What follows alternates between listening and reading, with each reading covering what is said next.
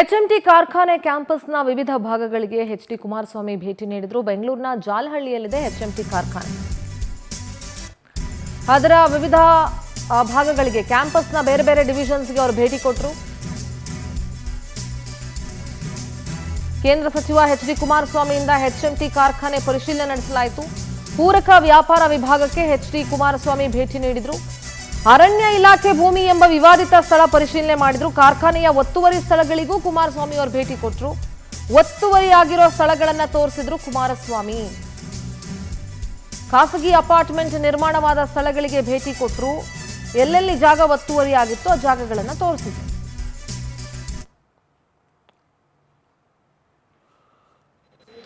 ಇದನ್ನ ತನಿಖೆ ಮಾಡಿ ಜನಗಳ ಮುಂದೆ ಇಡ್ತಾರೆ. ಈಶ್ವರ ಖಂಡ್ರೆ ಅವರು ಎಲ್ಲ ಆಗಿರೋದು ತಳ್ಬೇಡ ಅಂತ ಇವಾಗ ನಾವು ನಿಂತಿರೋದು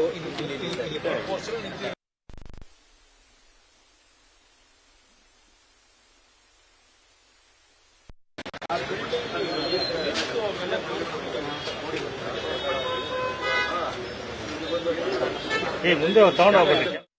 ಪ್ರತಿನಿಧಿ ಶಶಿಧರ್ ನೇರ ಸಂಪರ್ಕದಲ್ಲಿ ಜಾಯ್ನ್ ಆಗ್ತಾ ಇದ್ದಾರೆ. ಶಶಿಧರ್, ಇವತ್ತು ಎಚ್ಎಂಟಿ ಬೇರೆ ಬೇರೆ ವಿಭಾಗಗಳಿಗೆ ಎಚ್ಡಿ ಕುಮಾರಸ್ವಾಮಿ ಅವರು ಭೇಟಿಯನ್ನ ಕೊಟ್ಟರು. ಯಾವ ರೀತಿ ಪರಿಶೀಲನೆ ನಡೆಸಿದ್ರು, ಏನೆಲ್ಲ ಆಯ್ತು ಅಲ್ಲಿ ಶಶಿಧರ್?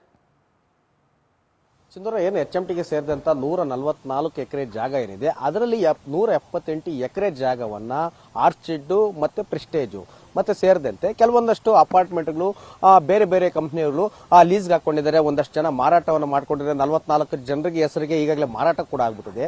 ಅದ್ರ ಬಗ್ಗೆ ಯಾಕೆ ಈಶ್ವರ್ ಖಂಡ್ರೆ ಅವರು ಧ್ವನಿ ಎತ್ತಲ್ಲ?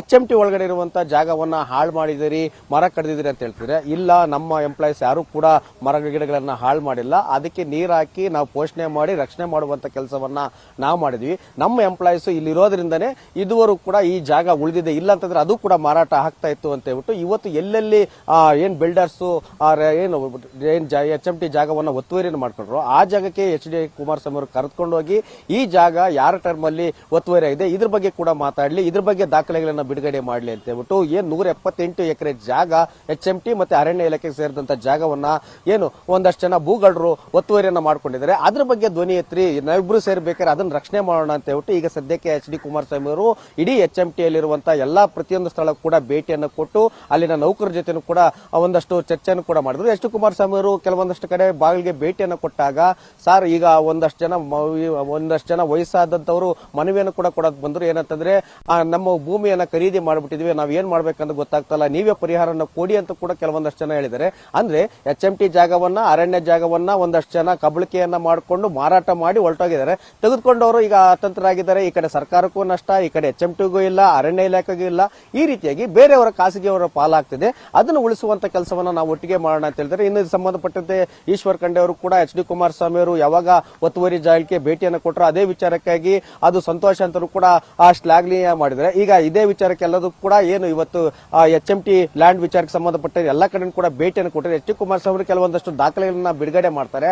ಆದ್ರೆ ಅಂತಿಮವಾಗಿ ಹೈಕೋರ್ಟ್ ಏನ್ ಹೇಳಿದೆ, ಅರಣ್ಯ ಭೂಮಿಯನ್ನ ವಾಪಸ್ ನೀಡಬೇಕು ಅಂತ ಹೇಳಿದೆ. ಆ ಕಾನೂನಿನ ಹೋರಾಟ ಏನ್ ಸುಪ್ರೀಂ ಕೋರ್ಟ್ ಮೊರೆಗೆ ಹೋಗ್ತಾರಾ, ಇಲ್ಲ ಹೈಕೋರ್ಟ್ ನ ಡಬಲ್ ಬೆಂಚ್ ಮೊರೆಗೆ ಹೋಗ್ತಾರಾ, ಇದನ್ನ ಕಾದ್ ನೋಡ್ಬೇಕಿದೆ. Sindhura. All right Shashidhar, thank you ನಿಮ್ಮೆಲ್ಲ ಡೀಟೇಲ್ಸ್ಗಾಗಿ.